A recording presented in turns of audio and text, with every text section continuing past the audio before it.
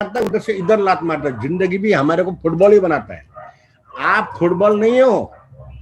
जिंदगी को कंट्रोल में लेने के लिए प्रोडक्ट चैंपियन बनना पड़ेगा। कमाने की इच्छा अंदर से होनी चाहिए। इनको रिकॉग्नाइज किया जाता है हम लोग प्रोडक्ट चैंपियन को। ये चीज करने के लिए सोचना चाहिए। आप क्यों बड़ा डिस्ट्रीब्यूटरशिप लेने जाना है? सर मेरे को बड़ा बिजनेस करना है, 5 से 10 लाख लेके मसाले का एक हमारा आची मसाला बोल के है, Asia fastest growing FMGC brand बोलते, 5 से 10 लाख लगाना पड़ता है। उसकी सिर्फ मसाला मिलता है बेचने के लिए। और 5 से 10 लाख का माल खरीदो, दुकान लो, गोडाउन लो, एक छोटा टेम्पो लो, फिर एक ऑटो रिक्शा जो हर दुकान में सप्लाई करेगा। क्या करेगा? मसाला। हमारे यहाँ पे 10,000 लेके आ जाओ, 95 लेके आ जाओ, बाद में डिजी वर्ल्ड बेचो, एग्रो बेचो, ब्यूटी बेचो, हर प्रोडक्ट को आप बेच सकते हो। ये डिस्ट्रीब्यूटरशिप का मतलब नहीं है 5 से 10 लाख लगा के गाड़ी लो, गोडाउन लो, शॉप लो, ये सब कुछ नहीं है। बाकी में फिर भी लोग धंधा कर रहे हैं। तो हमारा बिजनेस में कितना छोटा इन्वेस्टमेंट है, क्यों रिटेल करना है सर? 2 मार्केट है हमारे पास। मार्केट नंबर 1 जो डिस्ट्रीब्यूटर्स बनते हैं रिक्रूटमेंट के थ्रू, जो रिक्रूट होकर डिस्ट्रीब्यूटर बनना चाहते हैं। और सेकंड मार्केट है बीवी जो जनरेट होता है, जो रिटेल कस्टमर से बनता है। तमिलनाडु में ऐसे बहुत लेडीज है जो महीने में 50,000 प्लस कमाते हैं ओनली रिटेल प्रॉफिट पे, प्लस उनको बाकी का अलग मिलता है। वो अपलाइन सजेस्ट करता है किस तरह ये रखना है, प्लेसमेंट कैसा करना है, रिपर्चेस कैसा करना है, कहाँ प्लेस करना है, कैसे लोगों को करना है, वो तो आपके अपलाइन भी सिखाएगा आपको। ये 2 मार्केट है, हम लोग यहाँ फोकस ही नहीं करते। दोनों मार्केट पे एक तराजू जैसा है, थोड़ा रिक्रूटमेंट, थोड़ा रिपर्चेस, रिटेलिंग। हेलो, पैसा चाहिए तो करना पड़ेगा। आपकी जिंदगी है, it's my life, it's my style. अब मेरा स्टाइल है, ये करो। हमको दोनों चाहिए, जितना ज्यादा प्लान। इसलिए मैंने कहा कि अगर आपने ज्यादा बिजनेस प्लान दिखाया in form of home meeting, ये अस्टाउंडिंग सब लोग आ सकते हैं आपकी टीम में। बहुत आसान तरीका है। जितना ज्यादा प्लान उतना ज्यादा डिस्ट्रीब्यूटर्स, और नहीं बने तो उतना ज्यादा कस्टमर्स। और ये कस्टमर्स जो है, इनके साथ रिलेशनशिप में रहिए। अगर डाइबा लाइफ दिया है जो कि 30 दिन का कोर्स है और मैं उसको भूल जाता हूं, मेरे को दिया ये आपको याद ही नहीं, 30 दिन के बाद मेरा खत्म हो जाएगा, मैं दूसरा कुछ ले लूंगा फिर। तो 20वां दिन में आपके पास रिकॉर्ड होना चाहिए, सलील मैथ्यू को डाइबा लाइफ दिया था 1 तारीख को, तो अगले 25 तारीख 20 से 25 के पहले उनका जाके रिफिलिंग करना है। अगर मुझे आपने 1 से 2 महीना अच्छा सर्विस दिया, आने के टाइम में साथ में 95 भी पटा दिया, 2 साबुन भी दे दिया, अभी तो टूथपेस्ट दे दिया, कुछ वॉशिंग का आइटम दे दिया, कुछ घर का ये दे दिया, तो मैं और लूंगा। जैसे सब्जी वाला आता है, आप जाते हो सर फ्लावर देना 1 किलो, 1 किलो फ्लावर के साथ बोलते सर काकड़ी बहुत फ्रेश है, टमाटर भी फ्रेश है, ये भी ले लो, वो भी ले लो। हम लेके आते हैं। हम जब बिग बाजार जाते हैं लेने के लिए, राइस लेके आते, शुगर साथ में, साल्ट भी लेके आते, साथ में बॉर्नविटा भी खरीदते, ये भी खरीदते। तो वो तरीका करने के लिए आपके पास माल होना चाहिए। जो सब्जी वाला है ना, 5,000 का माल रखता था, एक्स्ट्रा 5,000 का रखता था, अचानक मांग लिया तो ये रिटेल कस्टमर फ्यूचर में जाके आपके डिस्ट्रीब्यूटर बनेंगे भाई मेरे। जैसे हमारे मोदी जी कहते हैं, भाई और बहनों ये बिजनेस को समझो, एक ऐसा बिजनेस है जिसको समझना चाहिए। देखिए शुरुआत में थोड़ा मेहनत है, तो ये कस्टमर्स को सर्विस इसलिए देना है क्योंकि ये फ्यूचर में आपके डिस्ट्रीब्यूटर्स बनेंगे। कौन रिटेल कर सकता है? अभी आप सब है, कौन रिटेलर बन सकता है? जिसके पास माल है और प्रोडक्ट नॉलेज है। प्रोडक्ट नॉलेज के श्वेता राय जी की बहुत सारे वीडियोस ऑलरेडी है आरबीएस के चैनल पे। और आपको रखना है माल। बोलो सर माल रखना कैसा सर, इन्वेस्ट करना सर, तो टेंशन का काम है। कोई टेंशन का काम नहीं है। आप अगर किराना का दुकान में जाते हो और उसको कहते हैं sir 5 kilo rice, 2 kilo sugar, 1 kilo नमक दो, और वो अगर फोन करता है तब अपना होलसेलर को और चावल मंगाएगा, आप रुकोगे इस दुकान में? नहीं। आप सिगरेट की दुकान में जाके सिगरेट मांगोगे और आपका ब्रांड नहीं है, वो फोन करके रुको बोलेगा, आप बाजू वाला दुकान से लेके जाओगे। आपके साथ भी तो वही होगा। प्लान दिखाया, पसंद आया तो डिस्ट्रीब्यूटर, नहीं तो कस्टमर बनना चाहते तो माल देने के लिए आपके पास होना चाहिए और वो प्रोडक्ट के बारे में बताना पड़ेगा भाई। देखिए, दुनिया में कुछ चीजें बेचे जाते हैं और कुछ चीजें खरीदे जाते हैं। नहीं समझे? बताता हूं। दारू लेने के लिए लोग लाइन में खड़े रहते। लॉकडाउन के बाद जब दारू की दुकानें खुली तो लाइन में खड़े। कोई ऐसा बेचता है कि दारू ले लो दारू, ऐसा बोल के कोई घूमता है? नहीं। दारू की दुकान में लाइन, वो खरीदा जाता है, बेचा नहीं जाता है। उसकी मार्केटिंग नहीं होती है, वो खरीदने जाते। बेचारा दूध वाला लॉकडाउन में घर पे आके दूध देके जाता है। आपको भी दूध वाला है, अच्छा चीज को बेचना पड़ता है, बुरी चीज अपने आप बिकती है। तो रिटेलर बनना पड़ेगा। रिक्रूटमेंट हुआ तो रिक्रूटमेंट, नहीं तो फिर प्रोडक्ट को कस्टमर बनाओ। और ये जो है ना स्पॉट सेल जिसको बोलता हूं, एवरी प्रेजेंटेशन के बाद स्पॉट सेलिंग के लिए माल हाथ में रखो। मैं तमिलनाडु में ऐसी एक टीम को जानता हूं, एक छोटा सा गांव में है, मैं उनको मिलने गया था। सब साइकिल पे आए थे, साइकिल के कैरियर पे डब्बा बनाए थे, उसके अंदर माल भर के वो मीटिंग को जाते थे। कोई बाइक के ऊपर माल रख के जाते हैं, कार है तो डिक्की भरकर माल, बैक सीट पूरा भरकर माल। जैसा मीटिंग खत्म हुआ, जिसको जो चाहिए दे दो, खत्म करो कहानी। यार पैसा लो, ऑर्डर मत लो उनसे कि मैं लाके देता हूँ, पीयूसी में जाता हूँ, पीयूसी में जाके माल भरता, माल ही नहीं है। फिर फोन आता है, सर पीयूसी में माल रखता नहीं। अबे शाना लेकर गया, जो शाने लोग थे पीयूसी से माल सब उठा लिए। आप जाओ ठन ठन गोपाल बनकर आ जाओ वापस, फिर माल नहीं है माल नहीं है आप को बोलना, फिर पीयूसी सिस्टम अच्छा। अरे जाओ, शाने लोग है ना लेके जाते हैं। पिकअप सेंटर मत जाइए। प्राउड फील करिए एमआई का मैं डिस्ट्रीब्यूटर हूं। ये क्यों प्राउड फील करना पता है? क्योंकि हम अगर एमआई का डिस्ट्रीब्यूटर बोल के प्राउड फील करेंगे, तभी हम सृजन भाई जैसे डायमंड बनेंगे। 3 साल हो गए, आज भी यमुना भाभी को कुछ करना नहीं है, सिर्फ मीटिंग को सपोर्ट देना है। घर में पैसा आता है, चंद साल करना है। देखिए लाइफ आपकी कैसी बदलती है। छोटा होम शॉप ही खुलवाइए, छोटा सा गांव है, मैं जानता हूं, मैं बहुत जगह घुमा हूं, आपके आसाम में, अरुणाचल में घुमा हूं। छोटे छोटे गांव है, उस गांव में जब एक किसी ने, एक ने प्रोडक्ट लिया, एक 10,000 का होम शॉप ही लिया, जाओ उनके घर पे और घर में ना एक छोटा सा मीटिंग अरेंज करो। घर के आसपास के लोगों को बुलाओ। वहां पे एक मुखिया होता है गांव में, हमने ये बहुत बार किया है। जो मुखिया होता है वो कोई एमएलए होता है, कोई एमपी होता है, कोई सरपंच होता है, या कोई ऐसा गांव का मुखिया होता है जो मेन लीडर होता है वहां का। उसको बुलाओ और उससे रिबन कटवाओ, जैसा पूरा ऐसा होम मीटिंग स्पार्ट प्रेजेंटेशन दिखाओ। उसको बोला तुम भी भाषण करो। ये सब भाषण वो भी करेगा। हमारा मित्र है सलील मैथ्यूस ने ये बिजनेस शुरू किया है, बहुत अच्छे प्रोडक्ट है, आयुष मंत्रालय का ये है वो है, डायलॉग सब मारता है। और ये 5-10 लोग उसकी मीटिंग में बैठे रहते हैं, उसको पता भी नहीं होता है हेलो। और उसके बाद में फिर उसको एक किट थमा दो हाथ में, सर ये 1500 का आपसे शुरुआत करता हूँ, ये लीजिए। अब वो सबके सामने अगर तुमने उसको बोला 1500 का कीमत भी बोला, तो चुपचाप जेब से पैसा निकाल के देगा। आपको नॉलेज है, आपने बेच दिया, फिर वो सरपंच ने ले लिया तो बाकी लोग भी लेंगे। इसके लिए मैं बोलता हूँ किट में बेचना है। एक प्रोडक्ट बेचने मत जाओ। बेसिक किट हो गया, ब्यूटी किट हो गया, इम्यूनिटी किट हो गया, एग्रो किट हो गया। किट बनाओ, जैसे ये किट बनाए मैंने, देखो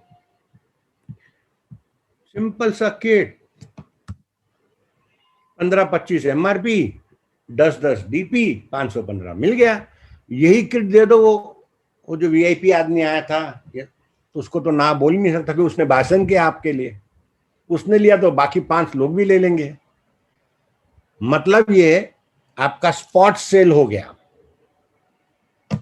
एक बार स्पॉट सेल हो गया, उसका नाम लिख के रखो, क्या क्या दिया था, अगला बार कब देना है लिख के रखो, परमानेंट कस्टमर बनाओ।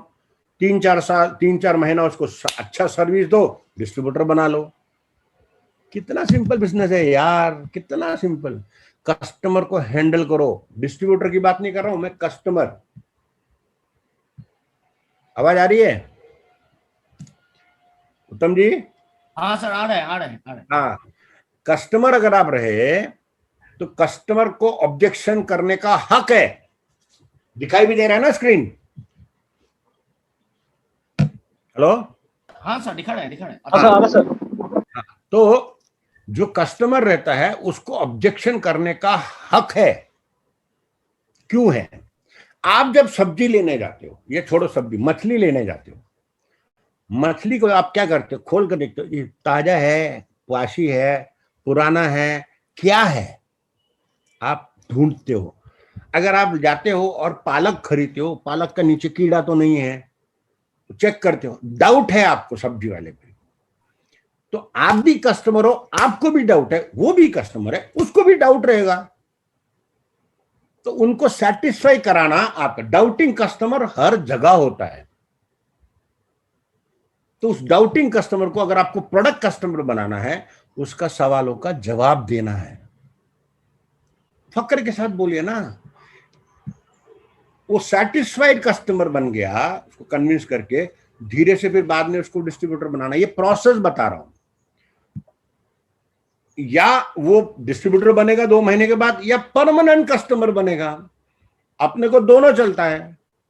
डिस्ट्रीब्यूटर रहा तो भी चलेगा, वो बिजनेस करेगा, कस्टमर रहेगा तो प्रोडक्ट परचेस करेगा। हमको तो दोनों चाहिए ना भाई। बीवी से मतलब है, रैंक में आगे बढ़ना है, एसटीबी इनकम कमाना है, लॉयल्टी बोनस कमाना है, हर इनकम कमाना है। तो डाउटिंग कस्टमर को प्रोडक्ट कस्टमर बनाना, उसकी जवाब देके उसको बाद में सेटिस्फाइड कस्टमर बनाना। 2-3 महीना उसको प्रोडक्ट दीजिए। अगर 1000 का दे रहा है ना, तो 2-3 महीने का तो 3000 का माल मिलेगा आपसे। आपको तो बीवी से मतलब पर्सनल रिपर्चेज बढ़ाने का। क्यों बढ़ाने का पर्सनल रिपर्चेज? क्योंकि मेरे को प्रोडक्ट चैंपियन बनने का है, मेरे को 15% एक्स्ट्रा चाहिए। हेलो, कितना अद्भुत बिजनेस है यार हमारा, इसको लोग समझते ही नहीं है। तो डाउटिंग कस्टमर को हैंडल करने के लिए कुछ सवाल पूछता है, भाई इसका वैल्यू है क्या कुछ? तो वीडियोस आता है हमारा 95 का, यूट्यूब खोल के दिखाओ, ये देखो कितना बढ़िया बढ़िया रिप्लाई आता है लोगों का। कोई साइड इफेक्ट है क्या? मैं एक बार एक घर में गया था, मीटिंग हो रही थी, और मेरा दोस्त था और मेरा डिस्ट्रीब्यूटर आया था। तो बोले सर, वो मेरे पैर वैर छुए, बोले हमारा कंपनी का सीईओ है। अरे अच्छा, मेरे को नहीं मालूम था तेरा कंपनी का प्रोडक्ट है। तो मेरा दोस्त ने पूछा कि यार इसमें कुछ प्रॉब्लम तो नहीं है, ये मेरी वाइफ को मैं देना चाहता हूँ, वो था वुमेन्स कंपेनियन। मैंने बोला कोई प्रॉब्लम नहीं है। नहीं सर, क्या कैसा बोल सकते इसमें प्रॉब्लम नहीं है? मैंने बोला कुछ नहीं, इधर दिखाओ, बॉटल लिया, खोला और वुमेन्स कंपेनियन पी गया। मैं ढूंढ रही, आपने क्यों पिया? ये तो वुमेन्स कंपनी, तो लेडीज का प्रोडक्ट है। अरे मैं बोला ये पीने से मैं लेडीज थोड़ी बन जाएगा। अगर एक मर्द लेडीज का प्रोडक्ट पी सकता है तो औरत मेल का भी ले सकता है, कोई प्रॉब्लम नहीं है, कोई साइड इफेक्ट नहीं है, खत्म, उसका डाउट ही खत्म हो गया। ये अगर सोचा, अगले महीने का फिर आपसे रिपर्चेस करेगा। तो उसको जवाब देना, डाउट क्रिएट करना, टेंशन करना कुछ नहीं। एक खोल के पी को दिखाओ, कुछ नहीं है भाई साइड इफेक्ट, मैं पी रहा हूं मतलब तू भी पी सकता है। तो डाउट इतना ही होता है। ये सवाल और ये सिचुएशन हैंडल सही तरीके से कर लिया, वो सेटिस्फाइड कस्टमर बन जाएगा। फिर वो प्रोडक्ट लेके दूसरों को भी रेफर करेगा, बाद में वो खुद डिस्ट्रीब्यूटर बन जाएगा। कितना सिंपल है कस्टमर को हैंडल करना। लेकिन इसके लिए माल रखना पड़ेगा, फिर वो प्रोडक्ट कस्टमर बन जाएगा परमानेंट। फिर उनसे सवाल पूछो, फॉलोअप कस्टमर का भी लो। सर मैंने आपको डायबा लाइफ लिया कि नहीं लिया? कुछ लोग लेके उसको पूजा कमरे में रख देते, सोचेगा क्या यार कुछ तो प्रोडक्ट दिया। प्रोडक्ट देने के बाद उसको फोन करना, एक रजिस्टर लिखना जिसमें नाम लिखना है, डायबा लाइफ दिया था 1 तारीख को, 20 तारीख को वापस जाना है। तो पूछो लिया क्या, 95 पिया क्या? उनसे फोन पर बात करो, डेली कांटेक्ट में रहो, प्लान करो दिन का। सवेरे 6 बजे से लेकर 8 बजे तक डिस्ट्रीब्यूटर से बात करो, थोड़ी देर के बाद में कुछ कस्टमर से बात करो, उनकी वेलबींग पे थोड़ा इंटरेस्ट दिखाओ और उनसे फीडबैक लो। कुछ लोगों ने कस्टमर लोगों का व्हाट्सएप ग्रुप बनाया है, जो वो वीडियो लेते हैं और उस कस्टमर का नाम पे डाल देते हैं और बोलता है जब तुम्हारा हम डालते हैं, एडमिन उस पेपर पोस्ट करता है, उसको बड़ा खुशी होता है, मेरा वीडियो आ गया। फिर वो 4 लोग को दिखाता है, 4 लोग फिर कस्टमर लेके आता है। हेलो, कस्टमर से कस्टमर बनाना बहुत आसान है। टेस्टिमोनियल्स कस्टमर का जरूरी है और ये मेंटेन करिए। वेलनेस का कस्टमर्स कौन है, ब्यूटी का कौन है, होम केयर का कौन है, एग्रो का कौन है। ऐसे अगर आप 25 से 50 सिर्फ रिटेल कस्टमर, और डेफिनेटली डिस्ट्रीब्यूटर भी बनाना है, लेकिन अगर रिटेल कस्टमर होना है तो आपका सॉलिड इनकम आएगा यहां से। कौन सा बिजनेस है यार, मतलब एवरेज 50,000 का हर आदमी टर्नओवर कर सकता है। जैसा सब्जी वाला करता है, किराना का दुकान करता है, सिगरेट वाला करता है, मछली वाला खरीदता बेचता, आप भी कर सकते हो। पर वो तो कस्टमर जिंदगी भर करेगा, मछली लेने वाला तो मछली लेने आएगा, आगे जाके वो मछली बेचने वाला बन जाएगा। हमारे बिजनेस में सिर्फ कस्टमर नहीं रहेगा, satisfied customer will become a distributors. ये रेगुलर कस्टमर को फ्यूचर डिस्ट्रीब्यूटर बनाना शुभ भूलना नहीं है। कितना सिंपल बिजनेस है यार। कुछ नेगेटिव लोग भी आएंगे, अरे आएंगे भाई, दुनिया में नेगेटिव भी मिलते हैं, 20% नेगेटिव आएगा, पर सेटिस्फाइड जो कस्टमर्स है उनको फोकस करो। नेगेटिव रोने वाले रोते हुए लोग को छोड़ दो, उनके लिए तुम नेगेटिव मत होना। नेगेटिव मिलेंगे आपको, टेंशन मत लो। रिकॉर्ड रखना है, हर महीने का रिकॉर्ड। ये महीना जुलाई 75 कितना, G35 कितना, सेल्फ यूज के लिए कितना, रिटेल के लिए कितना, customer number 1 2 3 4 5 6 10 customer, 20 customer, 3 sheet 4 sheet बनाइए, उनका रिकॉर्ड रखिए, ताकि वो खत्म होने के 5 से 10 दिन पहले पहुंच के उसको रीफिल करना भूलना नहीं। जिस तरह मोबाइल का रिचार्ज रीफिल करने के लिए वो मैसेज देते हैं कि भाई आपका रिचार्ज खत्म होने वाला है, आप नहीं करोगे तो आपका फोन डेड हो जाएगा, उसी तरह आपको भी करना है। वो क्यों कर पाते हैं आपको मैसेज? क्योंकि उनके पास रिकॉर्ड है, आपके पास नहीं है, आप ठन ठन गोपाल बनोगे भाई। मैंने 100 मैंने एक डिस्ट्रीब्यूटर को देखा है जो कस्टमर सर्विस में इतना मास्टरी लिया है, ही हैंडल्स मोर देन 500 कस्टमर्स। अब ये कस्टमर्स को प्रोडक्ट पहुंचाने के लिए एक आदमी को सैलरी पे रखा है। आप सोच के देखो रिटेल बिजनेस कितना बड़ा बिजनेस हो सकता है, कि एक बार कस्टमर बन जाए ना वो छूटता नहीं है, और फिर डिस्ट्रीब्यूटर बना दिया तो काम खत्म, फिर वो काम अपना शुरू करेगा। सोच के देखो कितना सिंपल बिजनेस है यार हमारा। ये सारा एक्टिविटी जो करता है वो एक्टिव डिस्ट्रीब्यूटर, वरना वो है इनएक्टिव डिस्ट्रीब्यूटर। अब आपको ये सोचना है कि आप इनएक्टिव हो कि एक्टिव हो। अभी तक इनएक्टिव है तो एक्टिव बनना चाहिए। और जो इनएक्टिव डिस्ट्रीब्यूटर्स रहते हैं, यानी कि सोए हुए लोग जो रहते हैं, उनको हमको उठा के वापस बिजनेस में लाना है। और ये सोए जो शेर होते हैं ना, इनको जगा दो, इनको आप जगा दिए तो ये बहुत काम कर सकते हैं। मैं ये जानता हूँ, नेटवर्क इंडस्ट्री में मेरा आज 25 साल का एक्सपीरियंस है। इस कंपनी का मैनेजमेंट में बहुत टीमों से मिलता हूँ, बहुत सारे जगहों में जाता हूँ, बहुत से लीडरों को मिलता हूँ, बहुत से कस्टमर्स को मिलता हूँ, बहुत से डिस्ट्रीब्यूटर्स को मिलता हूँ। सोए हुए शेर को जगा दिया ना, फिर वो ऐसा दौड़ता है, आपको ना सोच आपकी बदलनी पड़ेगी आज से। और वो सोच होता है क्रिकेट टीम का कैप्टन या कोच या मालिक की तरह। एक क्रिकेट मैच, बहुत से लोगों को लगता है ना क्रिकेट जो है, क्रिकेट पूछा क्या है क्रिकेट, एक आदमी आता है वो बॉल फेंकता है, फिर वो दूसरा आदमी ये पागल है उसको मारता है, फिर तीसरा एक दो लोग उसके पीछे भागते हैं, या वो रस्सी के बाहर जाता है या रस्सी के अंदर रहता है, वो उठाता है और वापस फेंकता है, फिर वो बॉल फेंकता है, फिर वो बैट मारता है। क्रिकेट लोगों को ऐसा लगता है, लेकिन दोस्तों क्रिकेट ऐसा नहीं है। क्रिकेट में बहुत बड़ी रिसर्च होती है। अगर सामने सचिन तेंदुलकर खड़ा है, सचिन का प्लस पॉइंट क्या है, उसको किधर बॉल डाला तो किधर मार सकता है, ये अंदाजा बॉलर को चाहिए। अगर गलती से आपने slightly outside the off stump दिया ना, तो अगला सेकंड में सचिन उसको कवर ड्राइव मारेगा। उसको आउट करने का एक ही तरीका था, लेकिन बहुत मुश्किल था। सचिन बहुत कड़क आदमी था, उसको लेग के बाहर दे दो, वो हुक शॉट नहीं मारता है। एक बार सचिन और वीरेंद्र सहवाग के बीच में इस बात पर झगड़ा हुआ था। वीरेंद्र बोल रहा था सचिन भाऊ मारो मारो, मारा और आउट हो गया था। बहुत डर गया था वीरेंद्र सहवाग कि अभी सचिन मेरे को गाली देगा। तो वहां पे कमजोरी देखा जाता है। बैट्समैन की कमजोरी बॉलर जानता है, बॉलर की कमजोरी बैट्समैन जानता है। ये स्ट्रैटेजी बनती है।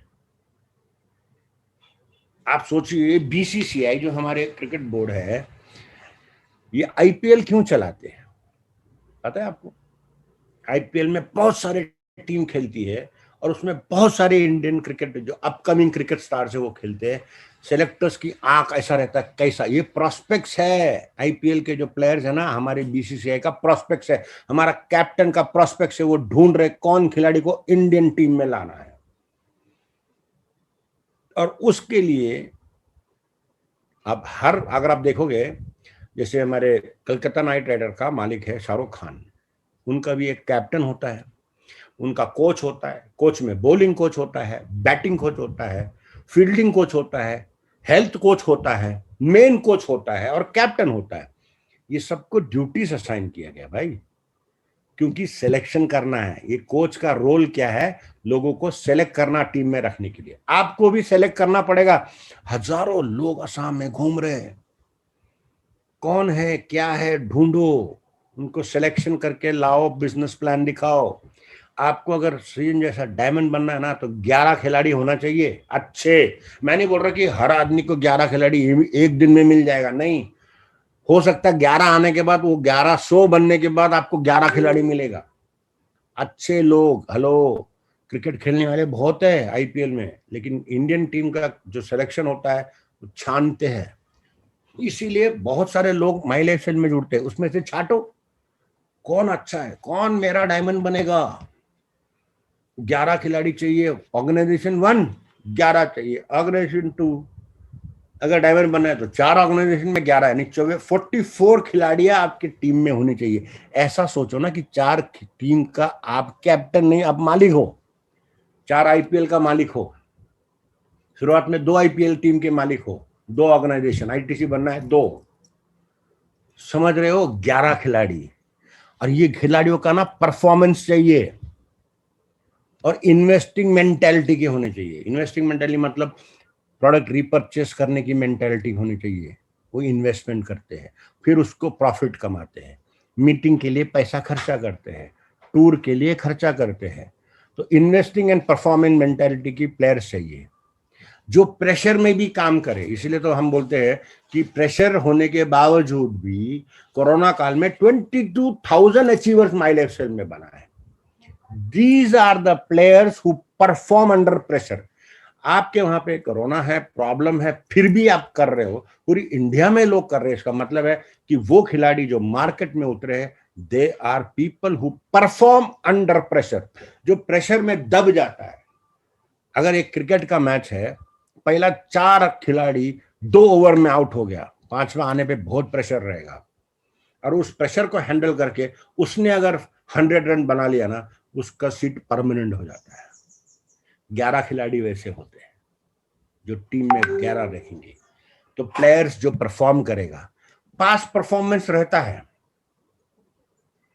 पास परफॉर्मेंस से भी आते हैं। आपके जो उत्तम सेठिया है, इनका पास परफॉर्मेंस मैं जानता था, और जब इनकी करियर की स्टार्ट हुआ था तो मैंने कहा था कि ये बंदा है जो असम को लीड कर सकता है, और सीजन भाई के साथ में इंट्रोडक्शन हुआ था। पास परफॉर्मेंस, परफॉर्मेंस देख के लोगों को लाइए अगर पास परफॉर्मेंस वाले खिलाड़ी मिलते हैं। लेकिन अगर किसी और कंपनी का बंदा है जिसको आप जानते नहीं है, हवाबाजी कर रहा है, अपलाइन का सपोर्ट लेकर उसको लाना, नहीं तो बर्बाद भी हो जाओगे। एटीट्यूड, पॉजिटिव एटीट्यूड चाहिए, करो या मरो करने वाले लोग चाहिए। 7वां है, जो नॉन परफॉर्मिंग प्लेयर को निकाला नहीं जाता है माई लाइफ से, लेकिन क्रिकेट टीम से आउट हो जाता है। देखिए कितना भी अच्छा खिलाड़ी हो, परफॉर्मेंस नहीं दे रहा है, सचिन भी नहीं है, गांगुली भी नहीं है, अजहरुद्दीन भी नहीं है, धोनी भी नहीं है, परफॉर्मेंस नहीं दे पा रहा, उम्र हो गया। हमारा यहाँ पे परफॉर्मेंस नहीं हुआ तो उसको टीम से नहीं निकाला जाता है, आपका फोकस हट जाता है, ये मेरा काम का नहीं है, ये इसको साइड ट्रैक रखो। आपका फोकस शेरों के साथ होना चाहिए, वो हाथी होनी चाहिए जो हाथियों की तरह काम करे। मार मार के गधे को हाथी मत बनाओ, कभी नहीं बनेगा।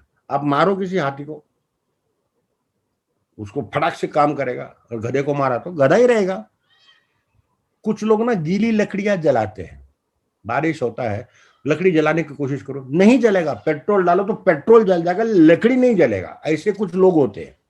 और आप इन गीले लकड़ियों को जलाने की कोशिश करते, कहते जलो, फूको।